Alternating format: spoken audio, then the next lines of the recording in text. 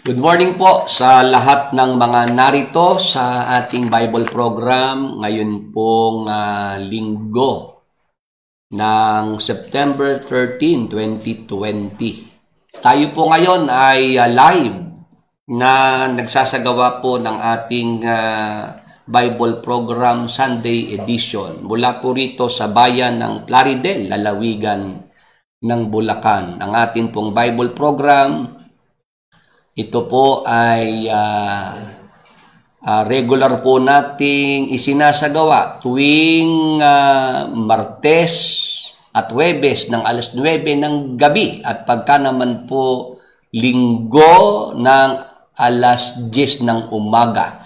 Tayo po ngayon ay medyo naatraso po ng kalahating oras dahil meron pa po kaming ginawang maikling pagpupulong ng mga kapatid. Dahil nga po doon sa church project na atin pong pinaplano, yung pong church project na yan ay ang pagbili ng lupa ng iglesia at pagpapatayo ng sariling bahay-sambahan. At salamat naman po sa mga kapatid nating doon po sa ating ginawang meeting kanina ay mga nagpahayag ng kanilang suporta.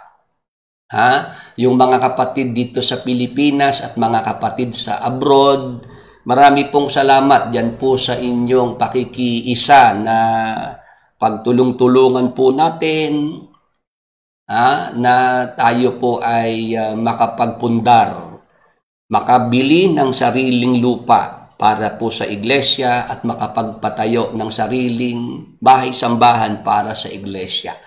Ito pong ating pagsasama-samang ito, Members Church of God in Jesus Christ Worldwide, ito po ay nito lang pong nakaraang June ay nag-celebrate po ng 10th anniversary. 10 taon ang ating pagsasama-sama, pero nakita nyo naman kung ano na po ang project. Makabili ng sariling lupa at makapagpatayo ng sariling kapilya. Samantalang doon po sa iglesyang aking pinanggalingan, 19 na taon po akong miyembro at manggagawa, wala pong ganyang proyekto yung iglesia na yon na magpundar, magpatayo ng sariling bahay-sambahan, bumili ng mga lupa para sa iglesia. Ang akin pong nakitang nagpundar yung mga leader. Yung kayamanan na dapat para sa iglesia, kinamkam ng mga leader. Pinaghatian ng magtsuhing mga ganid, mga hid-hid. Yung mga leader na yun, kaya ako po ay umalis doon sa iglesia na yan sa May Apalit, Pampanga. Natuklasan ko po yung palang pasalamatan pagmamay-ari ng leader.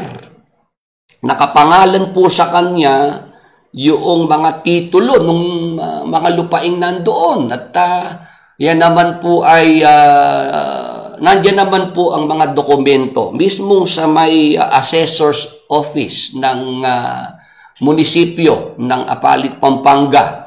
Para po roon sa mga gustong mapatunayan ng sinasabi ko, kayo po ay pwede namang makakuha ng tax declaration dyan po sa may assessor's office ng munisipyo ng Apalit, Pampanga, para mapatunayan ninyo na hindi pagmamay-ari ng iglesia ninyo. Yang pasalamatan na yan pagmamay-ari noong magtsuhing leader dyan. Kaya kaawa-awa yung mga miyembro na patuloy pa rin nauuto noong mga leader nila dyan dahil buong pag-asa nila yung naipatayo na yan. Balita ko po, ginawa pang parang mall. Pinaayos po, ni-renovate. Gumawa sila ng renovation dahil nga yung pasalamatan, dati pong inihahanda para sa malaking kapigatian.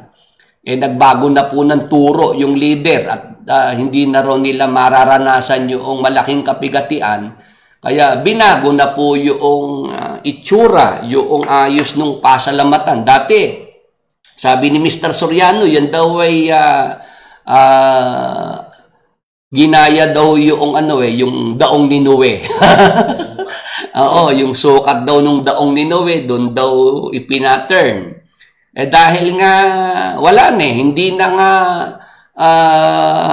yung malaking kapighatian hindi na sila makakaranas nun dahil natuto sa akin si Mr. Soriano kinopya ni Mr. Soriano yung aking paksa tungkol sa Great Tribulation.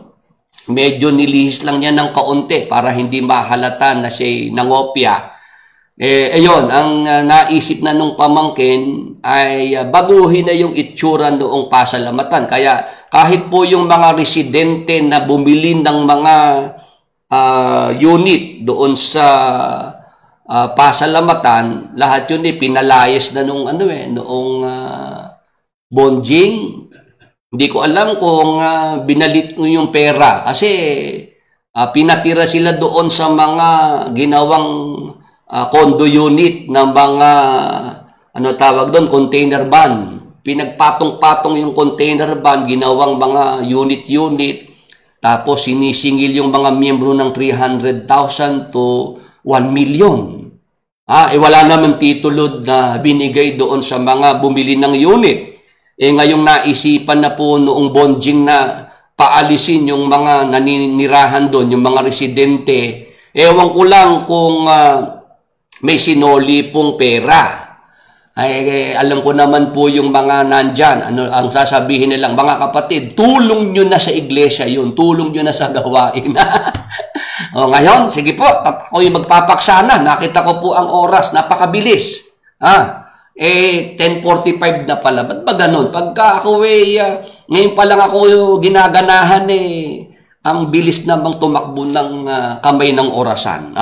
Sige po, ang ating paksa, ang tamang paraan at motibo ng pagbibigay ng ikapo ng bawat Kristiyanong wala sa ilalim ng kautusan, kundi nasa ilalim ng biyaya ayon sa Biblia. Ang paksa po natin, nababasa nyo po ngayon.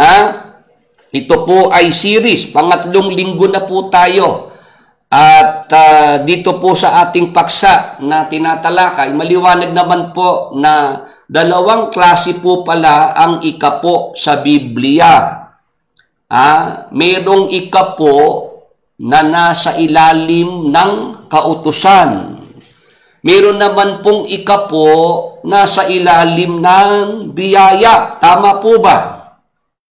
Ngayon, bilang mga Kristiyano, kung tayo po'y magbibigay ng ikapo, ng tithes, 10% sa Kapampangan po'y sikapulo. Tama ba yung aking natatandaan? Sikapulo. Dapat po matutunan ng Kristiyano ang tamang paraan at tamang motibo ng pagbibigay ng ikapo. Tayo pong mga nasa ilalim ng biyaya. Ngayon, sa atin pong nakaraang mga pag-aaral, maliwanag po sa Roma 6:14, ang mga Kristiyanong sumasampalataya, tagasunod ng Panginoong Hesukristo'y wala sa ilalim ng kautusan, kundi nasa ilalim ng biyaya. Pag sinabing biyaya, yan po'y hindi nakabatay sa gawa. Roma 11:6, tatandaan po natin yan, mga kapatid natin kay Kristo. Pagka tayo po ay mga Kristiyano, wala tayo sa ilalim ng kautusan, kundi nasa ilalim tayo ng biyaya. Ang biyaya, sinasabi po sa Biblia, 11:6 ng Roma, hindi yan sa pamamagitan ng mga gawa.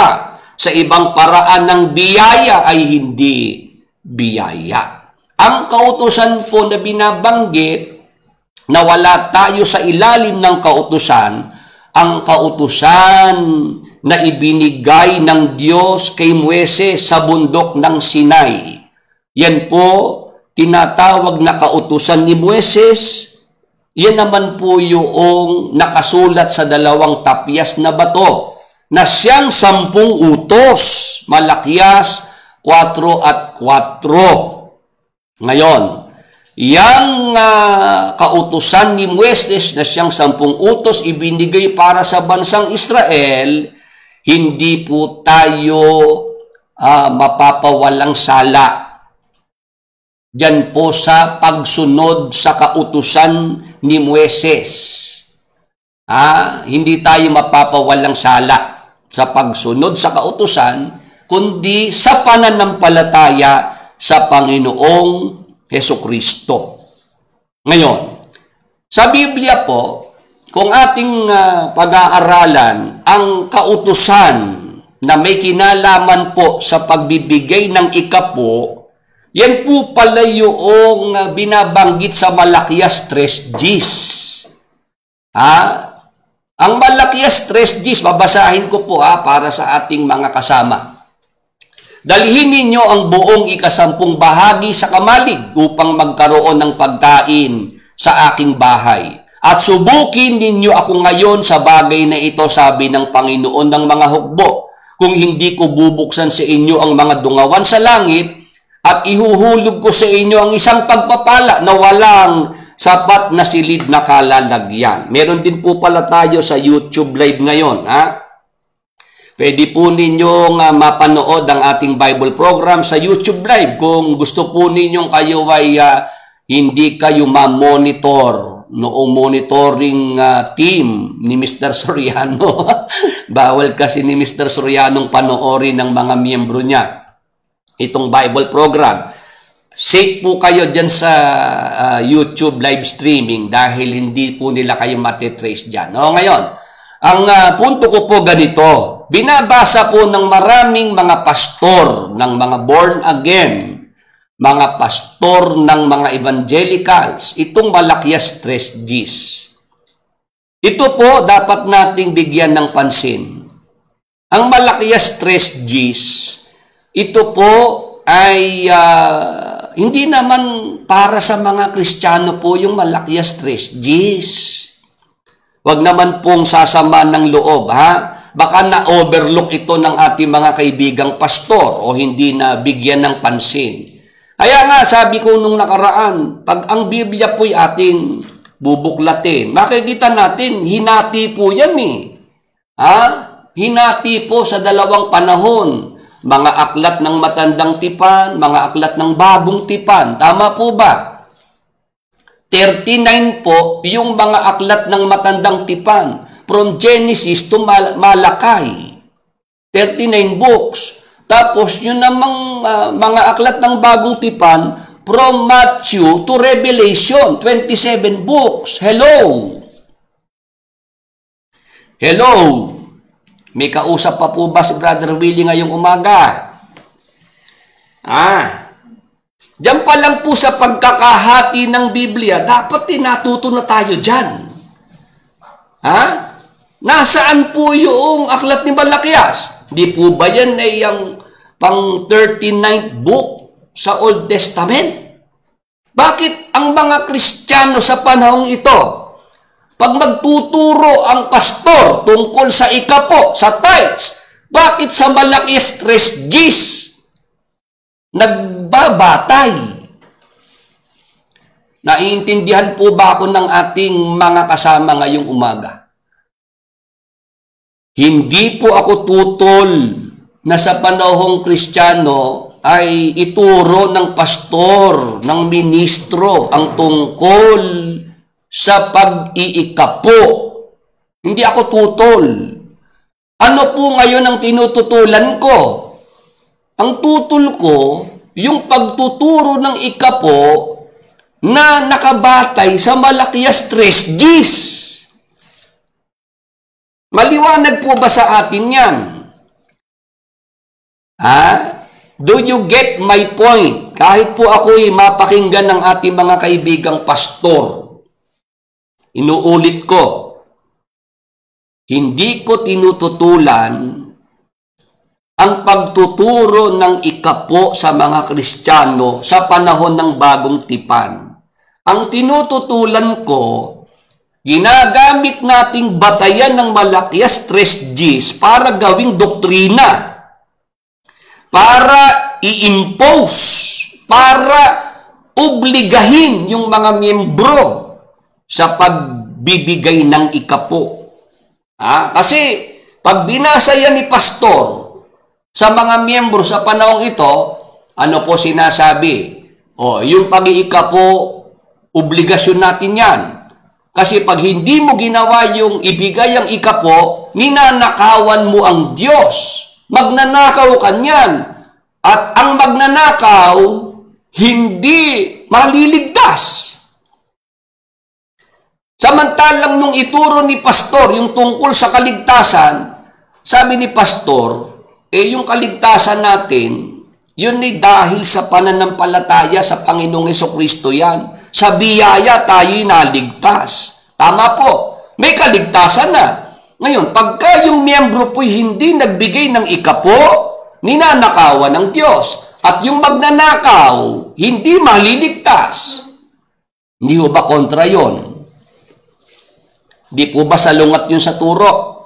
Na kapag ka ikisumampalataya sa Panginoong Hesukristo, mayroon ka ng kaligtasan at yung kaligtasan na yan is sa biyaya. Pag sinabing biyaya, hindi nakabatay sa gawa. Tama po ba? Pero ang contradiction po na nakikita ko at baka hindi naman napapansin ng marami na nakapokus sa pagbibigay ng ikapo at sa pagtuturo ng obligatory tithes. Bakit kapag ka yung miyembro hindi nakapagbigay ng ikapo ay nagnanakaw sa Diyos at walang kaligtasan yung magnanakaw? Tapos may sinasabi pa si pastor na susumpain ng Diyos pag hindi ka nagbibigay ng ikapo sa panahong ito. Mayroon pong ganun na tinatakot yung mga miyembro kaya nauobliga silang magbigay. Hindi ka maliligtas kasi magnanakaw ka at Diyos pa ninanakawan mo. Meron nga po akong nadinig, halimbawa daw ikaw ay hindi ka nag-ikapo. Bumili ka ng kotse. Yung kotse na yun karnap daw yun dahil dapat yung kotse na yun, kung magkano yung binili mo dyan, binigay mo yung tithes. Kasi pag hindi mo binigay yung tithes para doon sa kotseng binili mo, yung kotse na yun, karnap. Hello? Naintindihan nyo po ba yung ginagamit na halimbawa na yun? Matatakot ka siyempre kung ikaw ang bumili ng kotse, ikaw ang nakasakay doon. Yung palang kotse na yun ay karnap. At may sumpa, kapatid, dyan sa kotse na yan. Kasi hindi mo binigay yung ikapo para dyan sa kotse na yan. Yung atin po bang mga kasama, naintindihan niyo po ba yon? Ang aking sinasabi, ang turo sa Biblia, pag sumampalataya kay Jesus Christ, tapos na lahat ng sumpa. Putol na lahat ng sumpa sa pagsampalataya kay Jesus Christ. Amen. Galacia 3:13, mababasa po yan. Sige, ulitin ko po Basahin nga natin yung 3:13 ng Galacia. Na pagka po tayo ay nasa ating Panginoong Hesukristo, ano po sabi? Sa sumpa ng kautusan ay tinubos tayo ni Kristo na naging sumpa sa ganang atin. Sabi po dyan, para sa mga Kristiyanong sumasampalataya sa ating Panginoong Hesukristo, sa sumpa ng kautusan ay tinubos tayo ni Kristo. Tama naman yon sa panahon ng Israel, dahil utos yung pagbibigay ng ikapo, pag di mo ginawa, may sumpa. Tama po. Tama po ba? Ano po sumpa? Sabi ng Diyos, sasalantain ng mga balang ang iyong pananim. Kaya pag hindi ka nagbibigay ng tithes sa Israel, yung pananim mo, ay wala kang aanihin dyan. Yan na sisirain yan, sasalantain yan ng mga balang. Hindi uulan sa bukid mo. Yun po yung mga sumpa. Sa Israel yan, sapagkat ang Israel po ay nasa ilalim ng kautusan. O ngayon, sabi po sa mga Kristiyano, sa sumpa ng kautusan ay tinubos tayo ni Kristo. Kaya, ang nakikita ko pong kontradiksyon, na mapansin sana ng mga pastor ng born again, ng mga evangelicals, mga kaibigan natin sila. Bakit pagdating po sa pag-iikapo, nakakalimutan natin na tayo wala na sa sa sumpa. Dahil tinubos na tayo ng dugo ng Panginoong Hesukristo. Tama po ba? Tapos pagka naman yung Kristiyano na natubos na ni Kristo sa lahat ng sumpa, ay hindi nagbigay ng ikapo, sinasabi ni pastor, susumpain ka ng Diyos. Kaya para hindi ka sumpain ng Diyos, ibigay mo yung ikapo. O babalik tayo doon sa aking naihalimbawa na ang Diyos parang sindikato. Parang yung panahon ni Asyong Salonga dito sa Pilipinas. Kung ikaw ay taga Maynila at ikaw ay may negosyo sa Maynila, para yung negosyo mo'y magtuloy-tuloy at walang mang-istorbo, magbigay ka ng protection money kay Asyong Salonga. Protection ni Asyong Salonga yung negosyo mo. Kasi pag hindi ka nagbigay kay Asyong Salonga ng iyong protection money, si Asyong Salonga rin ang peperwisyo sa iyong negosyo. Tama po ba? Yung ating mga narito po, naintindihan niyo po ba yung hinahalimbawa ni Brother Willie? Mag-reset lang po kayo kung hindi niyo po nadidinig ng malinaw itong ating programa. Magre-reset lang po yung mga nandito. Naintindihan niyo po ba yung punto na yon? Gusto ko po yan ay maging maliwanag. Ganito po kasi pinipicture ng maraming pastor ang Diyos ng Biblia. Pag hindi mo ibinigay yung ikapo, susumpain ka ng Diyos. Pag nagbigay ka ng ikapo, hindi ka niya susumpain. Lumalabas, parang yun nga pong panahon ni Asyong Salonga sa Maynila, nung mga panahong nakaraan na pagka nagbigay ka ng protection money o yung negosyo mo, okay yan. Walang gagalaw niyan. Ngayon, pag hindi ka nagbigay ng protection money, mismo si Asyong Salonga ang mamimerwisyo sa negosyo mo. Ganyan po nila imarka ang Diyos ng Biblia. Ngayon, it's high time na mabago na po iyon. Panahon na para baguhin yung ating ginagawa ng maraming mga pastor. Wag naman po kayong sasama ang loob sa akin. Magkakaibigan naman tayo. At ito pong aking sinasabing ito, hindi ko naman po ipinagpipilitan sa inyo. Pagkatapos nyo pong marinig ito, bahala na ho kayo kung kayo po ay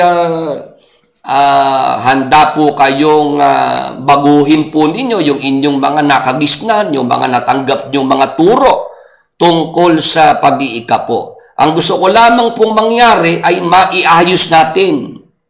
Maitama lang natin. Ano po yung dapat maiayos, maitama? Yung paraan at motibo ng pagbibigay ng ikapo sa panahong ito. Yun lamang po ang concern ko, maiwasto, maitama. Pag ituturo natin yung tungkol sa pag-iikapo, wag na ho nating gamitin yung obligatory tithes. Kasi yung malaki stress Gs, hindi para sa mga Kristiyano yan. Para yan sa bansang Israel na nasa ilalim ng kautusan ni Moises. Amen. Yan po kasing tungkol sa pagbibigay ng ikapo. Yan po ay ibinigay ng Diyos sa panahon ng Israel noong umiiral pa ang Levitical priesthood. Yung mga saserdotes Levitas. Ngayon, napalitan na po yung Levitical priesthood. 7:12 ng Hebreo. Nang palitan ng pagkasaserdote, kinailangang palitan naman ng kautusan. Ano dapat nating maunawaan? Obsolete na. Alam niyo po ba yung obsolete? Obsolete na ang Levitical priesthood na supersede na po ng priesthood ni Jesus Christ. Amen.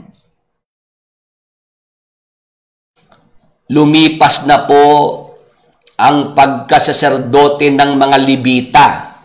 Pag sinasabi nating saserdote, pari. Yung mga Levita galing po sa angkan niya ni Levi, kung saan nanggaling si Moises at si Aaron. Sa Israel, ang propeta si Moises, ang saserdote si Aaron. Ngayon, napalitan na po yung Levitical priesthood. Napalitan na po si Aaron, ang kanyang mga anak bilang saserdote. Ang pumalit si Jesus Christ. Ano ibig sabihin? Yung obligatory tithes na intended para sa mga Levitical priest, yan po ay obsolete na, lumipas na. Nagkakaintindihan po ba tayo? Kaya nga may lumabas na kautusan tungkol sa pagbibigay ng ikapo. Kasi nga para itong angkan ni Levi na hindi nakaparte ng mana doon po sa lupain ng Kanaan, nang yan po'y hati-hatiin sa 11 tribo, sa 11 angkan ni Israel, para yung mga saserdote na nangangasiwa sa paglilingkod sa templo ay meron silang ikabuhay, meron silang pagkain. Yung 11 lipi na nakaparte ng lupain sa Kanaan, inutusan, inubliga na magbigay ng tithes doon po sa lipi ni Levi. Amen. 7:5 ng Hebreo, mababasa po yan. Ngayon, ang punto po ni Brother Willie, natapos na ang Levitical priesthood. Napalitan na po kasi ng priesthood ng ating Panginoong Jesucristo. Ano ibig sabihin? Kasamang natapos yung obligatory tithes ng Malakias 3:10. Tama po ba? Yung mga kasama natin, pwede po ba kayong mag-agree dyan? Kung naiintindihan nyo po. It's very, masasabi po natin na it's very unethical para sa isang pastor ngayon na ituturo ang obligatory tithes pagbabatayan ng Malakias 3:10.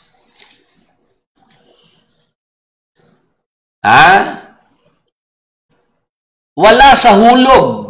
Pagka ang isang pastor magtuturo tungkol sa pag-iikapo, ang kanyang basis ay Malakias 3:10. Kasi hindi po para sa ating mga Kristiyano yung kautusan na obligatory tithe sa Malakias 3:10. Mayroong ikapo na para sa mga Kristiyano at yun po yung sa ilalim ng biyaya. Nagkakaroon ng kalituhan, confusion. Pagka si pastor, itinuturo ang kaligtasan sa biyaya. Tapos ituturo ang ikapo sa ilalim ng kautusan. Hindi po ba kalituhan yun? Confusion po yun eh.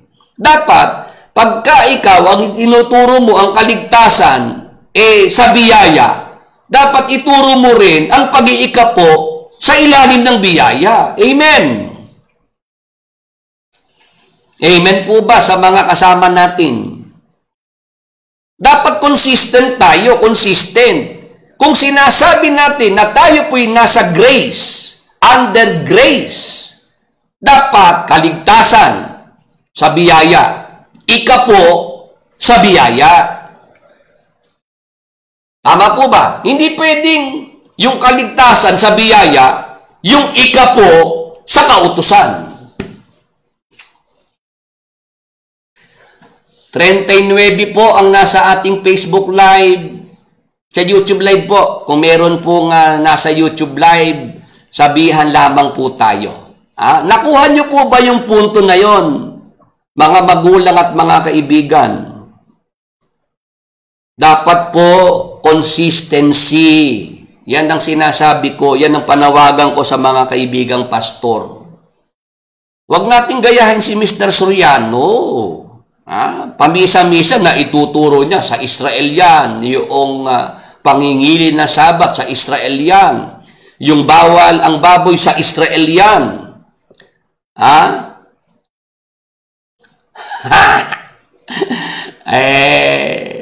Nakakatuwa ito mga dumadayo sa atin. No? May batayan akong binabase. May batayan ako. Hindi ako nagsasalita rito ng walang batayan. Nagagalit pag nababanggit ko si Mr. Soriano. Ganoon naman talaga si Mr. Soriano eh. Pachamba-chamba. Pamisan-misan, alam ituro yung sabat, bawal kumain ng baboy. Sa Israel, sa Israel. Ngayon, pagka naman pagkakapirahan, tuturo naman ni Soriano yung mga hula, karapatan, kukunin naman ni Mr. Soriano. Para sa Israel, kukunin ni Mr. Soriano. Hindi consistent. Ang sinasabi ko, dapat consistent.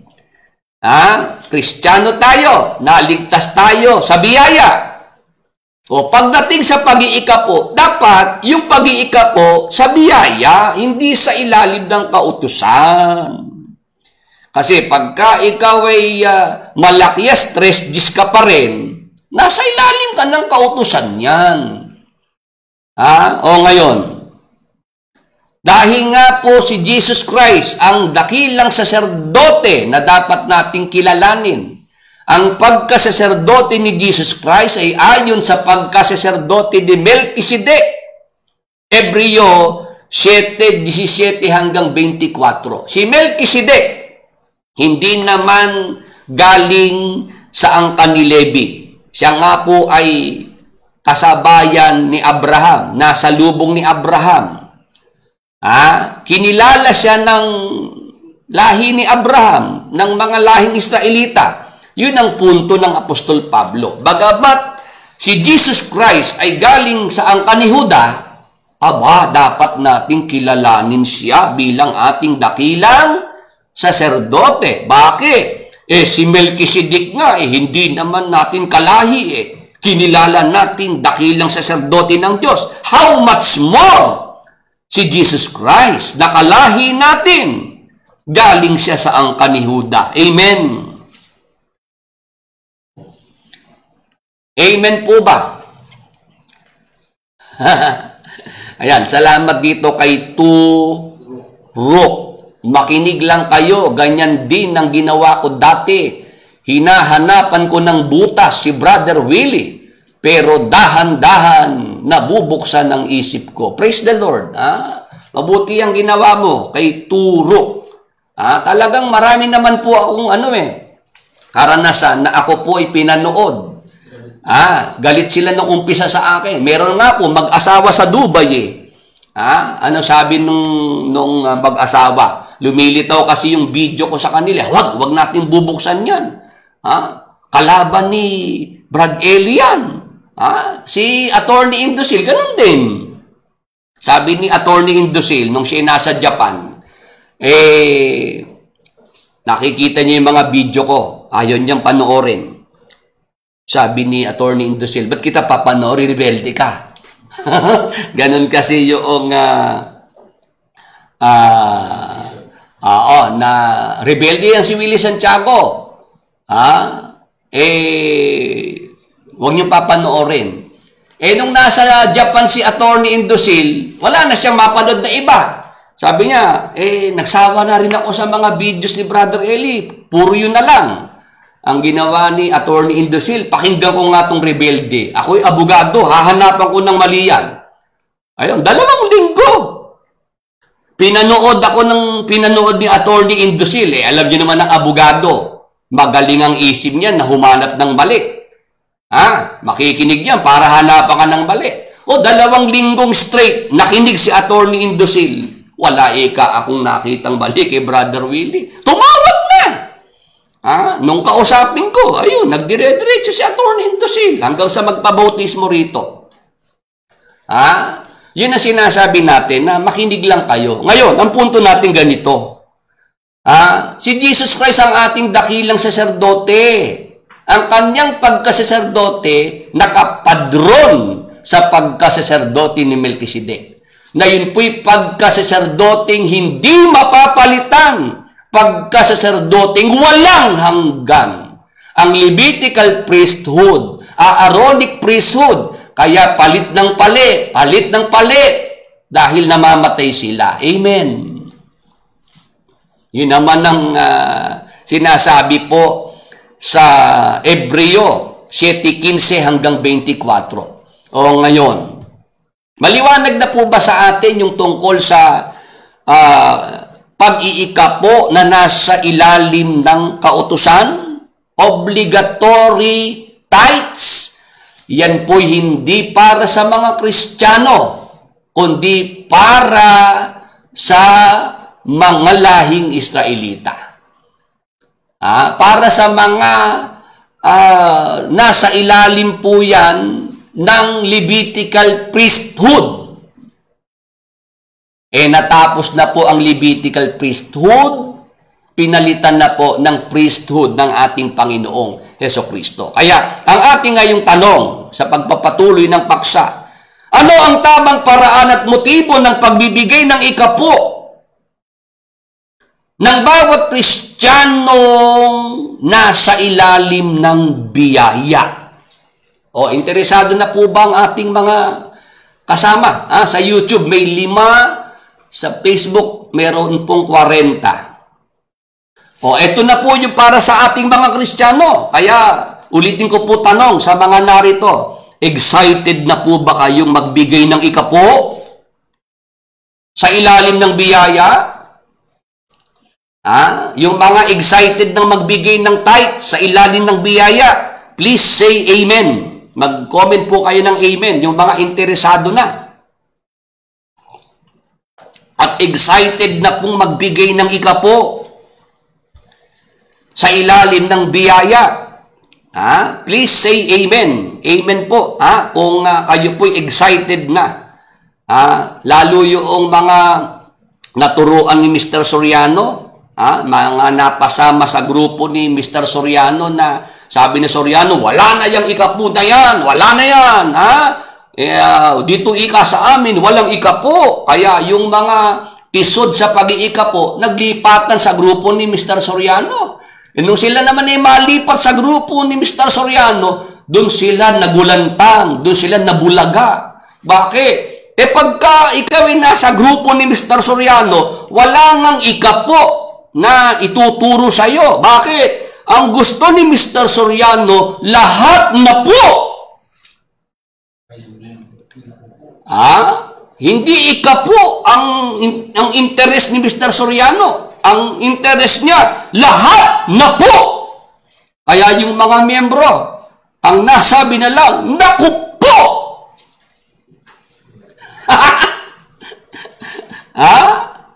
Naku po! Mabuti pa ika nung tayo born again. Ika po lang. Dito pala, lahat na po. Naku po! Ngayon, Yung mga excited, excited na pong mag-tithes sa ilalim ng biyaya. Ano ang tamang paraan at motibo?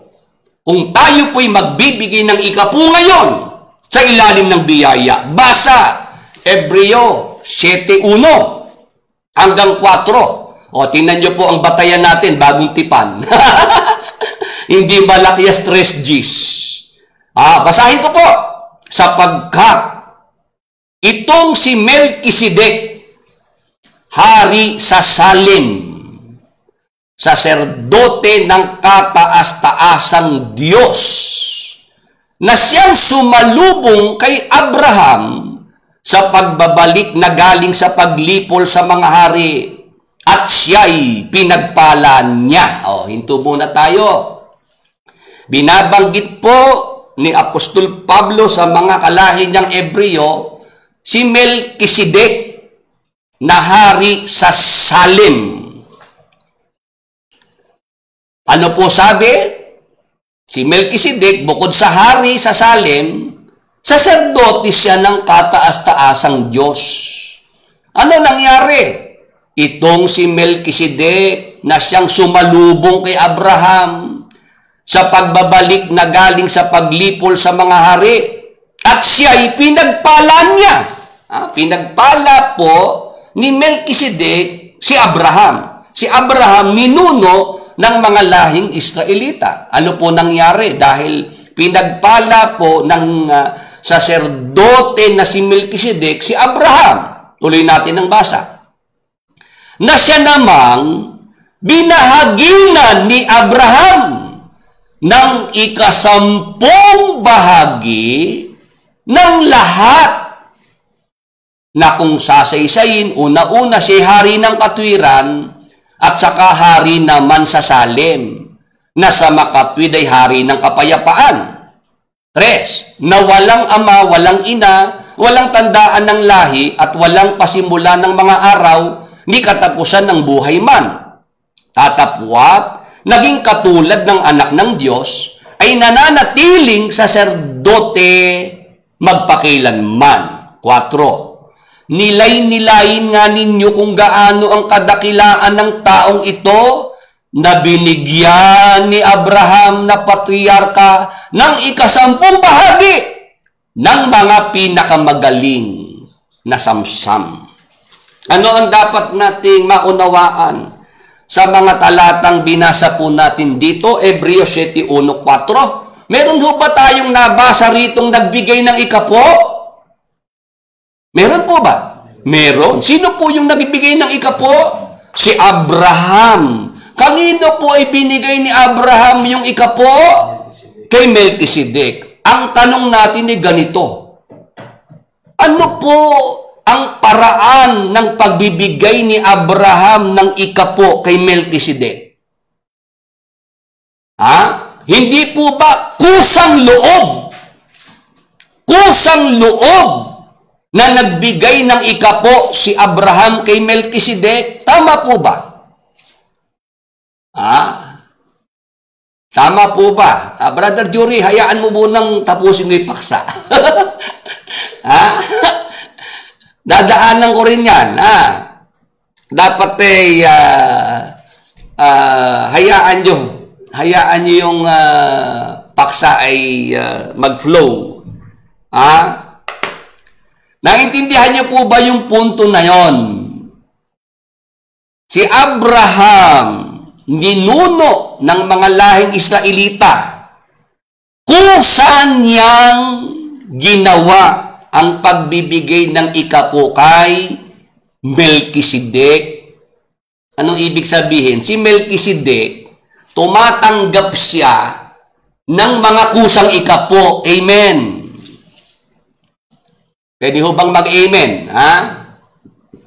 Si Melkisedek, na saserdote ng kataas-taasang Diyos, tumanggap siya ng kusang ikapo kay Abraham.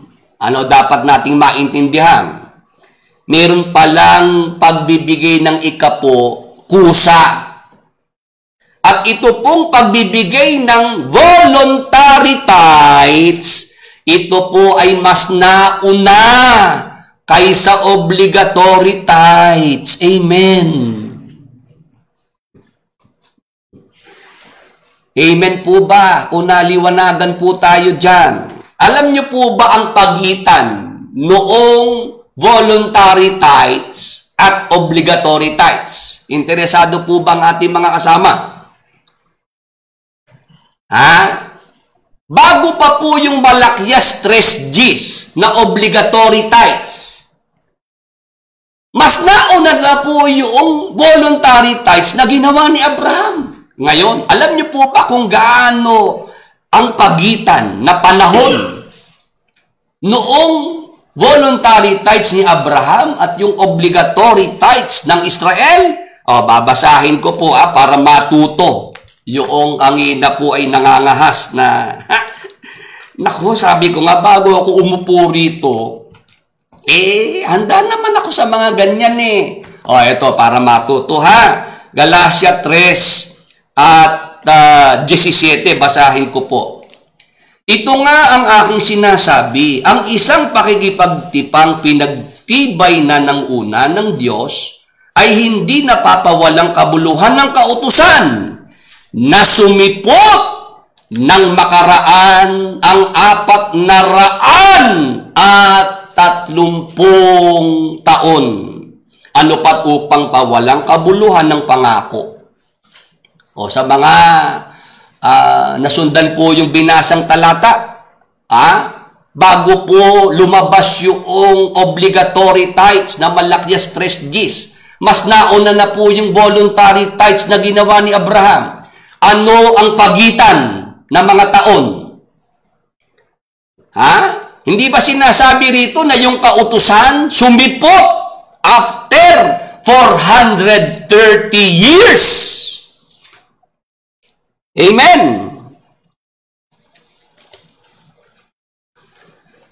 Mag-amen naman po dyan yung mga naunawaan.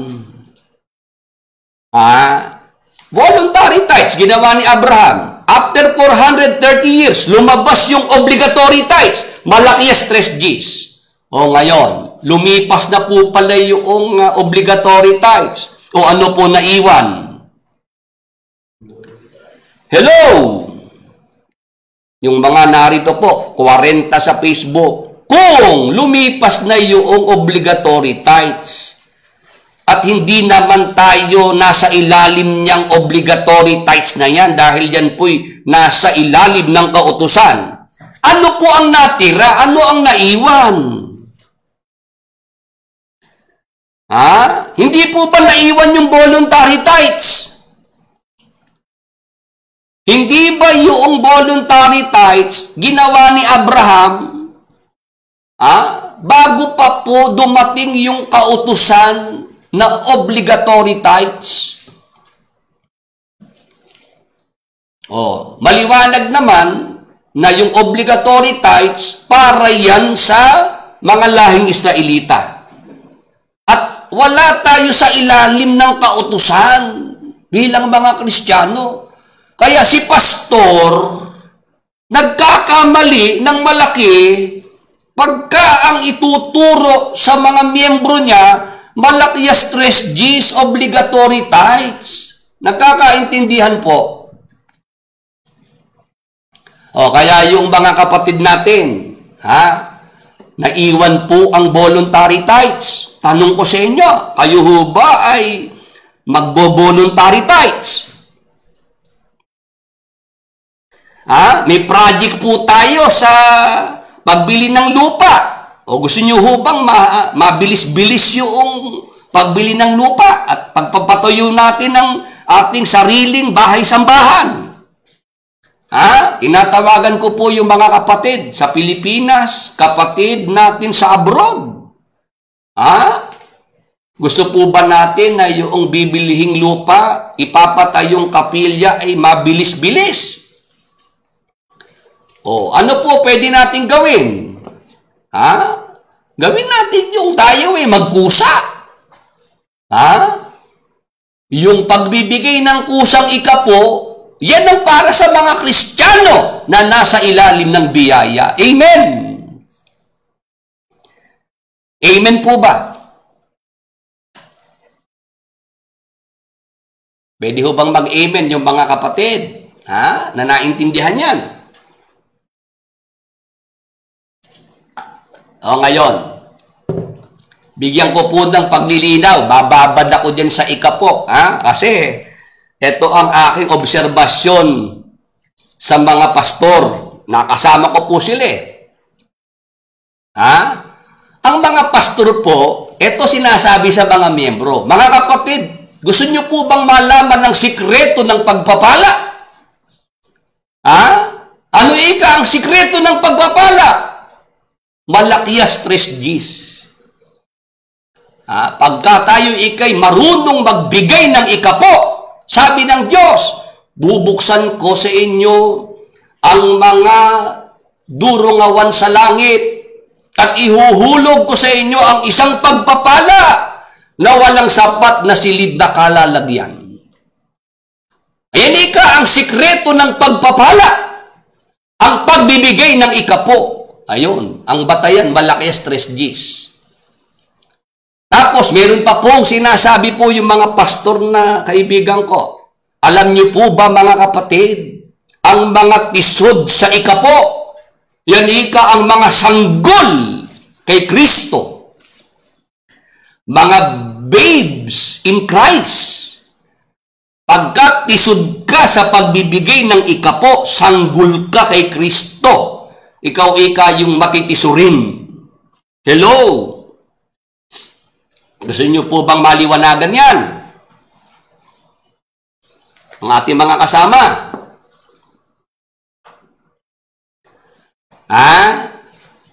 Ito po'y kailangan po maunawaan natin kasi ito po yung madalas sabihin ng mga pastor. Sikreto ng pagpapala, tithes. Yung hindi pagta-tithes, yun ang mga sanggol kay Kristo, mahihina ang pananampalataya at matitisurin. Kaya patunayan nyo mga kapatid na hindi kayo matitisurin. Hindi kayo mga sanggol kay Kristo. Ay di ikaw naman magpapatunay ka. Ano gagawin mo? Bibigyan mo ikapo.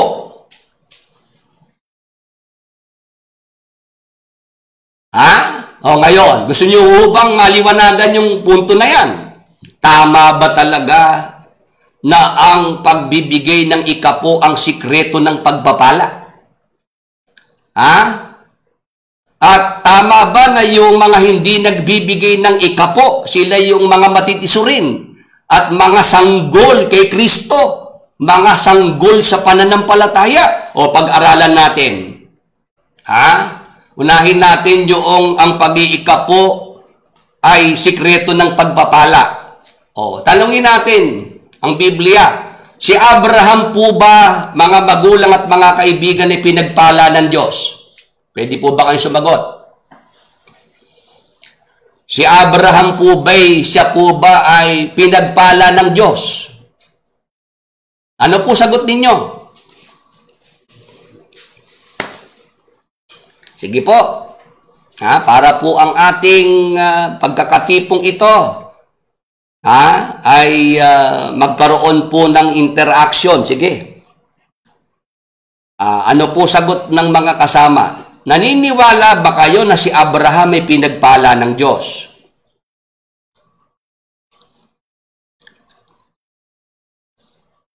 Ayan. Si Abraham, pinagpala ng Diyos. Tama po. Ang tanong ko, nun bang pagpalain ng Diyos si Abraham, siya ba ay nagbigay na ng ikapo o hindi pa siya nagbibigay ng ikapo? Sige po, sagot uli kayo. Noon bang tumanggap si Abraham ng mga pagpapala ng Diyos, siya ba ay hindi pa nakapagbibigay ng ikapo o pagkatapos na niyang makapagbigay ng ikapo? Kita niyo po kung paano tayo mag-aral dito. Kaya sabi ng iba, wala kami matutunan kay Willie Santiago. Paano walang matutunan? Hindi pa nga natatapos ang paksa, marami na nga tayong natalakay dito.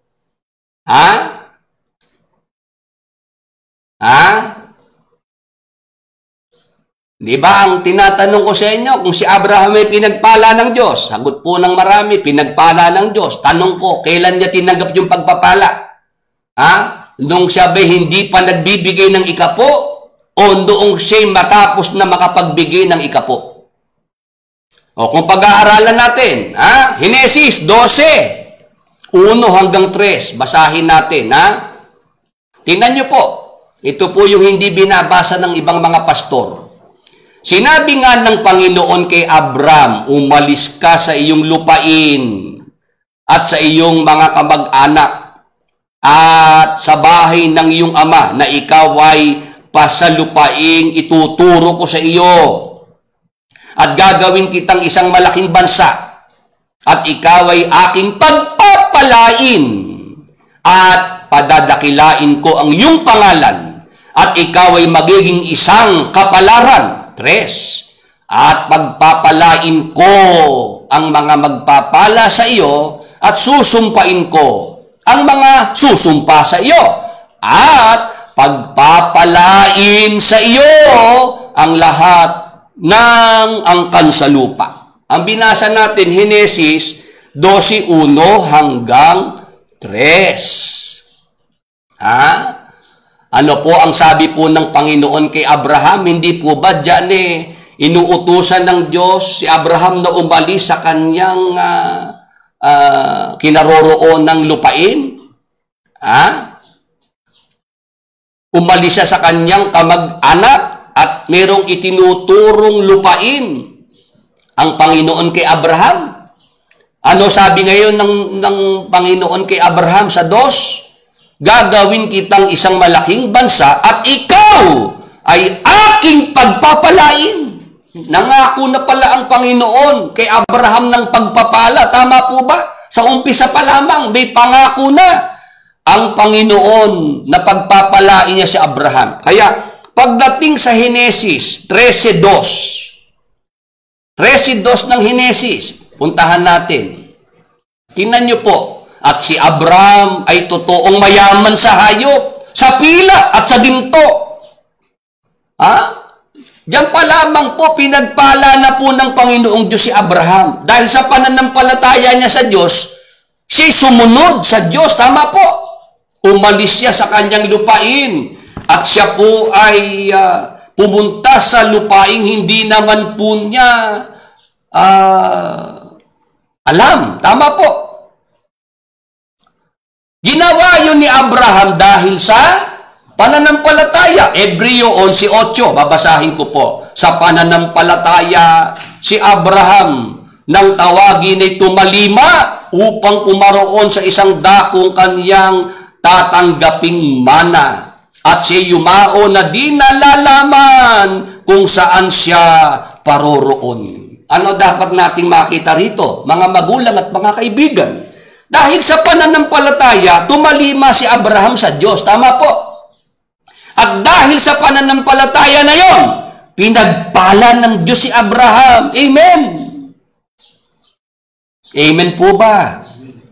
Ano sabi sa 13:2 ng Henesis? Si Abraham ay totoong mayaman sa hayop, sa pilak at sa ginto. O ngayon, yung pag-iika po ni Abraham kay Melchizedek, alam niyo po ba, yan po ay later. Later na yan. Kasi yan po ay nasa Henesis, Kapitulo 14, 18 hanggang 22. Pagbabasahin natin yung pangyayari na nag-ika po si Abraham kay Melchizedek, yan po ay Henesis 14, 18 hanggang 22. Ano ang punto ni Brother Willie? Totoo ba yung tinuturo ng mga pastor na ang sikreto ng pagpapala ay pagbibigay ng ikapo? Totoo po ba yon? Si Abraham hindi pa nagbibigay ng ikapo, pinagpala na ng Diyos. Amen. Pwede bang mag-amen? Yung mga naintindihan po yan. Hindi pa ginagawa ni Abraham yung kusang pag-iikapo kay Melchizedek. Si Abraham po ay pinagpala na ng Diyos. Ano ipinakita ni Abraham? Kaya siya tumanggap ng mga pagpapala sa Diyos bago pa siya magbigay ng kusang ikapo. Sa pananampalataya. Hello? Maliwanag po ba yan sa atin, mga magulang at mga kaibigan? Kahit yung mga pastor, sige, pag-aralin nyo itong paksang ito. Sabi ko naman sa inyo kung makakatulong, kopyahin at i-share, ipamahagi sa inyong mga miyembro. Kahit si Mr. Soriano, kung gustong kopyahin, pwede. Huwag lang niyang buburahin yung mga videos ko. At huwag niyang papalitawin siya nakaunawa.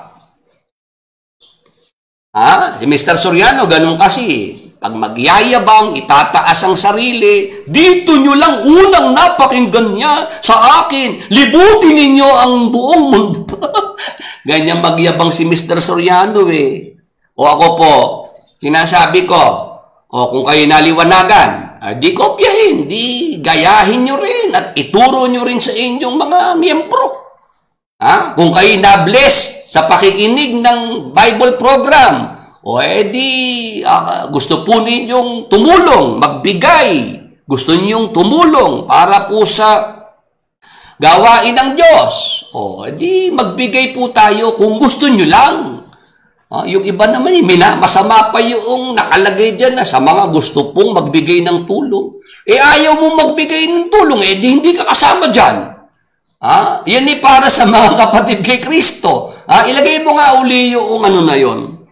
Yung pinopost po natin na yan, para sa mga kapatid kay Kristo na gustong magbigay.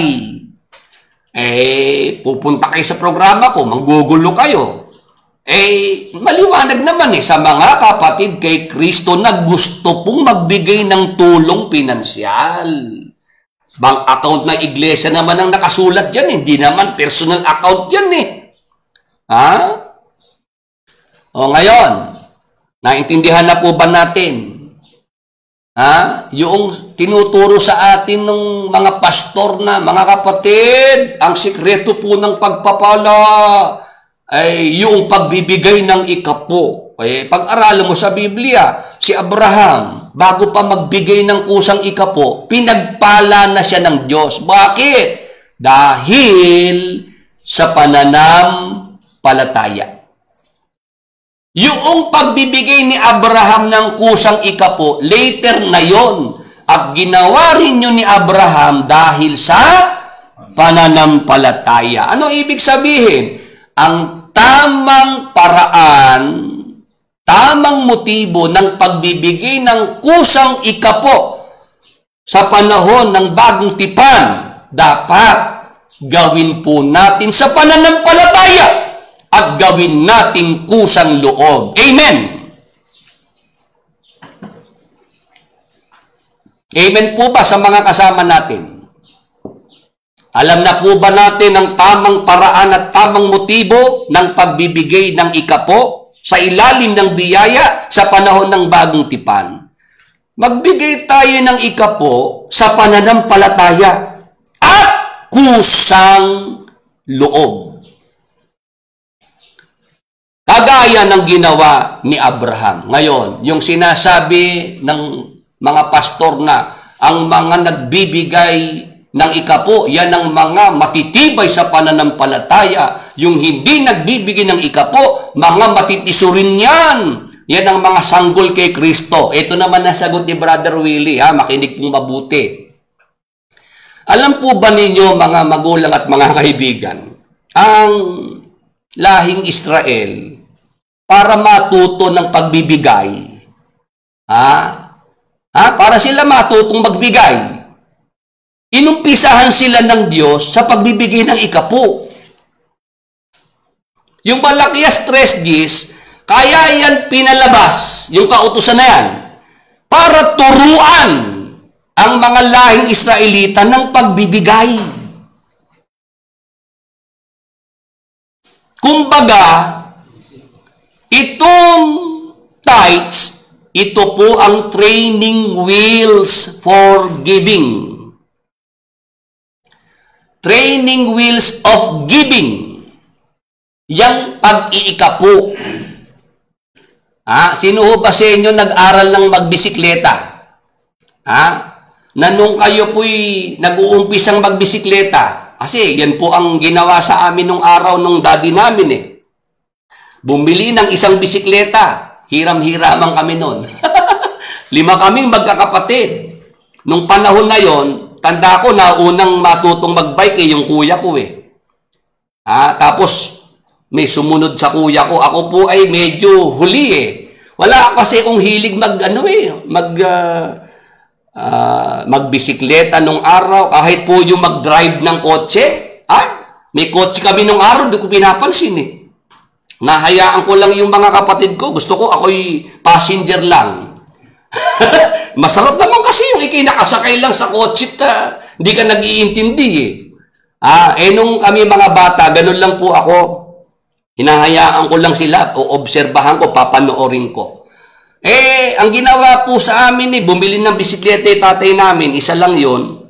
5 kami magkakapatid, 4 na lalaki, 1 babae. Yung bisikleta namin ginamit, meron pong 2 gulong sa likod. Para saan po yung 2 gulong sa likod na maliit? Training wheel. Yan po yung para ikaw turuang magbalanse pag sumasakay ka sa bisikleta. Tama po. Kasi para matuto kang magbisikleta, dapat marunong kang magbalanse. Hello? Pag hindi ka pa marunong magbisikleta, kailangan mo yung 2 gulong na maliit. Suporta sa likod na gulong para hindi ka mabuwal. Tama po. Ngayon, pag marunong ka ng magbisikleta, aalisin mo na yung 2 maliit na gulong na yon, yung training wheel na yon. Tama po. Yung ating mga kasama, nakikinig po ba? Ganyan po yung pagbibigay ng ikapo sa panahon ng Israel. Yung malakias 3 Gs, yan po ay para sa mga hindi marunong magbigay. Kaya inumpisahan ng Panginoong Diyos yung pagbibigay, ito starting. Guide, giya, yung 10%. Nagkakaintindihan po ba? Yung mga kasama natin, maliwanag po ba yan? Doon po inumpisahang turuan ng Diyos ang mga lahing Israelita sa pagbibigay. Ano ginamit niya? Yung tithes, yung 10%. Kaya yung sinasabi ng mga pastor, alam nyo, yung hindi nagbibigay ng ikapo, yun ang mga matitisurin. Yun ikang mga nagbibigay ng ikapo, yun ika ang matitibay ang pananampalataya. Ay hindi po ganun sa pag-aaral ko Yung mga nagbibigay ng ikapo, yun nga po yung mga dapat pang maturuan sa pagbibigay. Kaya inumpisahan nga sa 10%. Nakakaintindihan po ba tayo? Pagka ikaw, hanggang sa 10% lang yung pagbibigay, ikaw yung tinuturuan pang magbigay. Ikaw ang sanggol. Dahil, yan nga ang starter na ginamit ng Panginoong Diyos para maturuan niya yung mga Israelita ng pagbibigay Pagka tayo, ang ituturo natin, pag nagbibigay ng ikapo, yan ang mga matured Christian, yan ang mga matitibay ang pananampalataya. Hindi po ganun sa Biblia.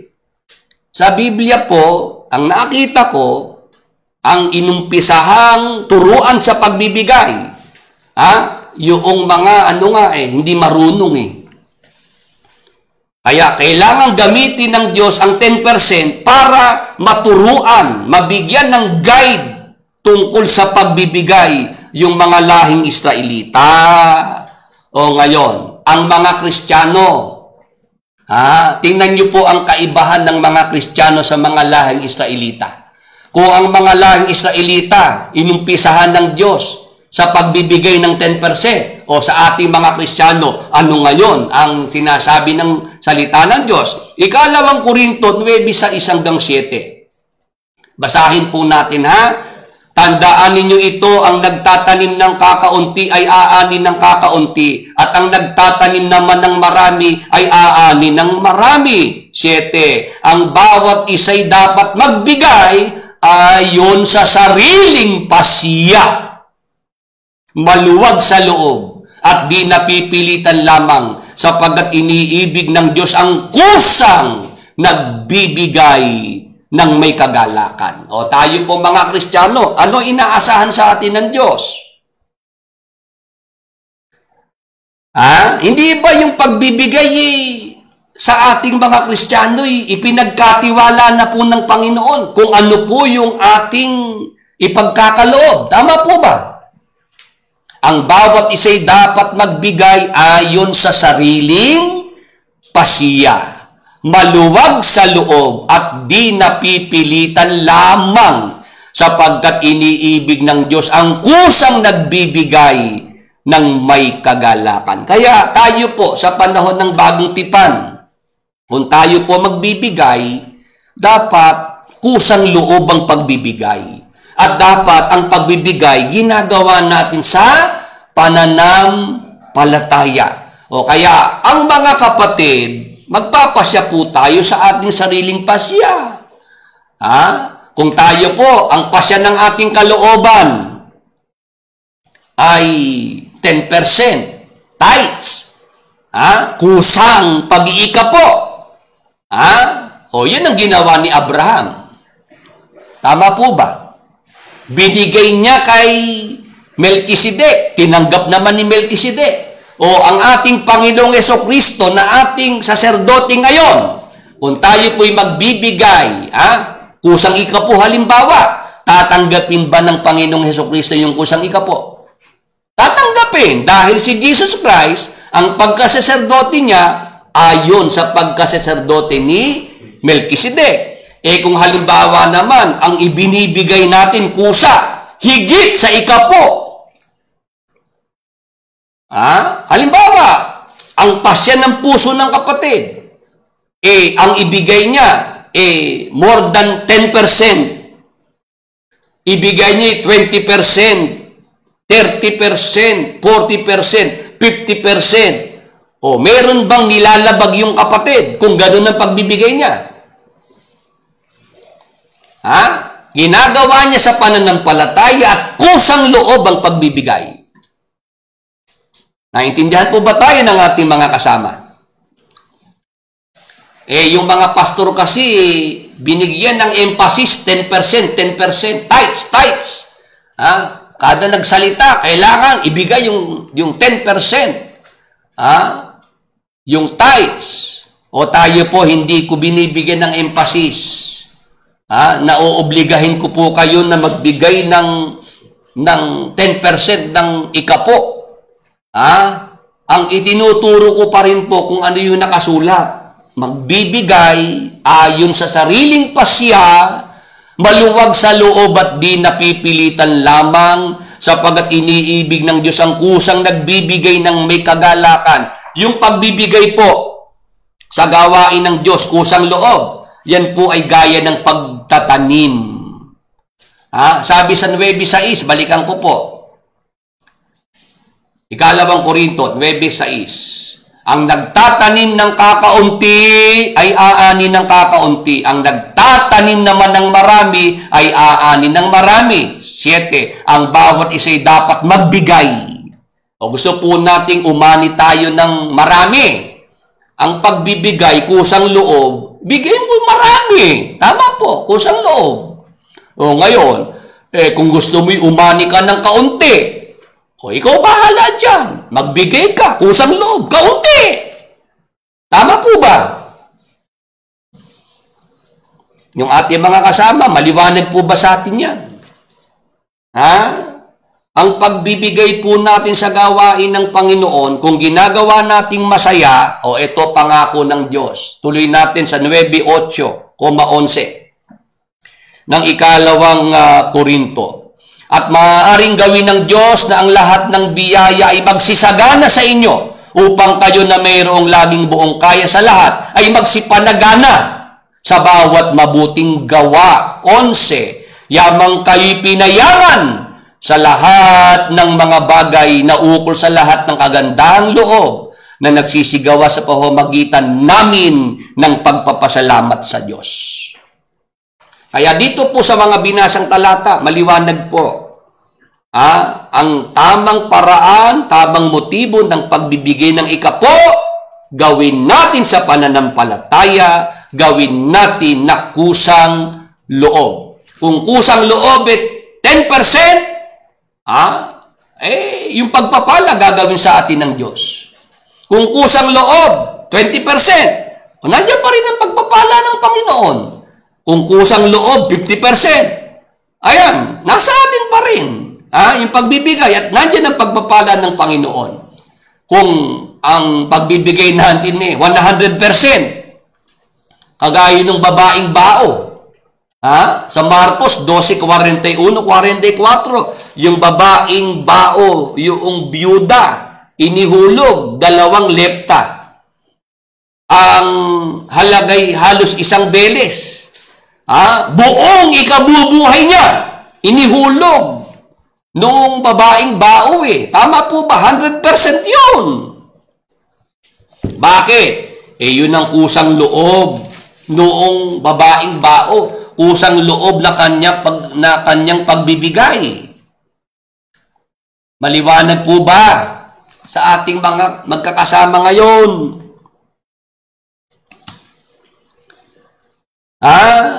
Dapat po ang pagbibigay sa pananampalataya, ang pagbibigay ay kusang loob. Tayo magpapasya.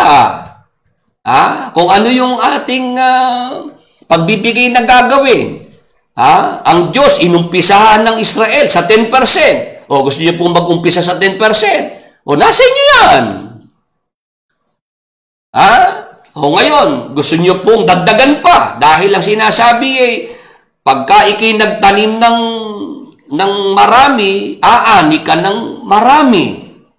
Nagtanim ka ng kaunti, aani ka ng kaunti. Gusto niyo pong mas marami pa ang anihin. Di magbigay tayo ng marami. Tama po ba? Maliwanag na po ba yan, mga kapatid?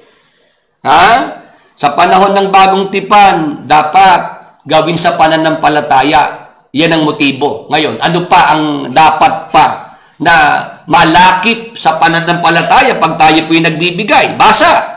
1 Korinto 13:4. Basahin po natin. Ang pag-ibig ay mapagpahinuhod. 13:4 po ng 1 Korinto. Ito po ang ating mababasa. 1 Korinto 13:3. At kung ipagkaloob ko ang lahat ng aking mga tinatangkilik upang ipakain sa mga dukha, at kung ibigay ko ang aking katawan upang sunugin, tatapwat wala akong pag-ibig, ay walang pakikinabangin sa akin. Kung tayo po magbibigay, gawin natin sa pananampalataya. Ano pa ang dapat kalakip? Ang pagbibigay, gawin po natin sa pag-ibig.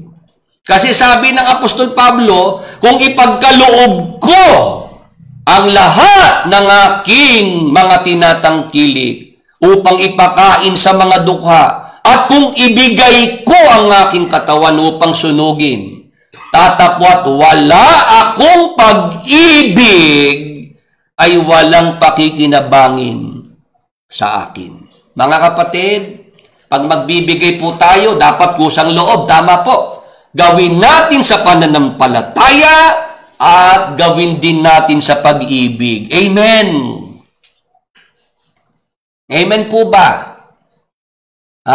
16:14 po ng 1 Korinto, ang paggawa, pagbibigay Gawin sa pag-ibig. Gawin ninyo sa pag-ibig ang lahat ninyong ginagawa. Lahat ng ating ginagawa kasama ang pagbibigay sa gawain sa iglesia. Gawin natin sa pag-ibig. Kasi pag wala yung pag-ibig, wala tayong pakikinabangin. Dapat po kasi, kung gumagawa tayo para sa gawain ng Panginoon, para sa iglesia, kung yan man kusang loob na ikapo, kusang loob na higit pa sa ikapo, dapat ginagawa natin sa pananampalataya at sa pag-ibig. Galatia 5:6, basahin natin. Sa mga nakipag-isa na kay Kristo Jesus, hindi na mahalaga kung ang isang tao ay tuli o hindi. Ang mahalagay ang pananampalatayang nakikita sa mga gawaing udyok ng pag-ibig. Maliwanag po ba? Kailangan pa ho bang ipaliwanag ni Brother Willie yan? Ang mahalaga po, pananampalatayang nakikita sa mga gawaing udyok ng pag-ibig. Kaya, mga kapatid, mula sa araw na ito, matuto na po tayo pagdating po sa pagbibigay sa gawain ng Diyos. Ano ang dapat? Kung magbibigay po tayo ng ikapo, kung dyan tayo mag-uumpisa ng kusang pagbibigay ng ikapo, kailangan po ang motibo natin sa pananampalataya at sa pag-ibig. Amen. Ang paraan, kusang loob. Pag ginagawa natin, yung pagbibigay, nandyan po ang mga pagpapala ng Panginoon. Pagka kasi wala yung pananampalataya, nagbibigay ka, kagaya ng mga Israelita ng una, nagbibigay dahil takot na sila'y sumpain. Nagbibigay dahil tinatakot ng pastor na magnanakaw sa Diyos at walang kaligtasan. O may pakinabang po ba yung pagbibigay? Wala. Ang nakinabang si pastor. Ang may pakinabang si pastor kasi nakolekta yung ikapo. Pero kayo pong mga nagbigay, hindi dahil sa pananampalataya, hindi dahil sa pag-ibig, kundi dahil sa takot at napilitan, ay walang pakinabang po doon. Maliwanag po ba? Kailangan po gagawin natin sa pananampalataya unang-una at gawin din natin sa pag-ibig. Hebreo 11:6, basahin natin. At kung walang pananampalataya, ay hindi maaaring maging kalugod-lugod sa Kanya. Sapagkat ang lumalapit sa Diyos ay dapat sumampalatayang may Diyos at siya ang tagapagbigay ganti sa mga sa Kanya'y nagsisihanak. Bakit po kailangan may pananampalataya tayo sa ginagawa natin? Nagbibigay ka, kusang ikapo, o higit pa sa ikapo, dapat gawin mo yan sa pananampalataya. Gawin mo sa pag-ibig. Bakit? Kung walang pananampalataya, ay hindi maaaring maging kalugod-lugod sa Diyos. Maliwanag po ba sa atin yan? Ang tinitingnan po ng Diyos sa atin pag tayo magbibigay, ano po? Tinitingnan ng ating puso. May pananampalataya ba tayo sa pagbibigay na ginagawa natin? Kalaki ba yung pag-ibig? O tayo po'y nagbibigay dahil natatakot lamang tayo at napipilitan. Pagka ganyan, huwag kang magbibigay. Walang papakinabangin. Pagka ang pagbibigay ay bunga ng takot at dahil sa napipilitan. Ang kalugod-lugod sa Panginoong Diyos na pagbibigay, nagbibigay ka sa pananampalataya, ginagawa mo sa pag-ibig. Ginagawa mo rin ng kusang loob. Amen! Pwede po bang mag-amen yung mga narito na naintindihan po yung ating tinalakay na ito? Maliwanag na po ba sa atin ang tamang paraan at motibo ng pagbibigay ng ikapo ng mga Kristiyanong nasa ilalim ng biyaya? Ano po yon? magbigay tayo ng kusang ikapo, gawin natin sa pananampalataya at pag-ibig. Ang tanong, ganito, makakaranas ba ng sumpa ang mga Kristiyano kung hindi magawa ang kusang pagbibigay ng ikapo? Ito po yung panakot ni pastor sa mga miyembro pag hindi nagbibigay ng ikapo, susumpain, magkakasakit kayo. Malalapitan na kayo ng masasamang espiritu niyan. Pag hindi kayo tapat sa pagbibigay ng ikapo, mamalasin. Ang ating tanong, totoo ba yun?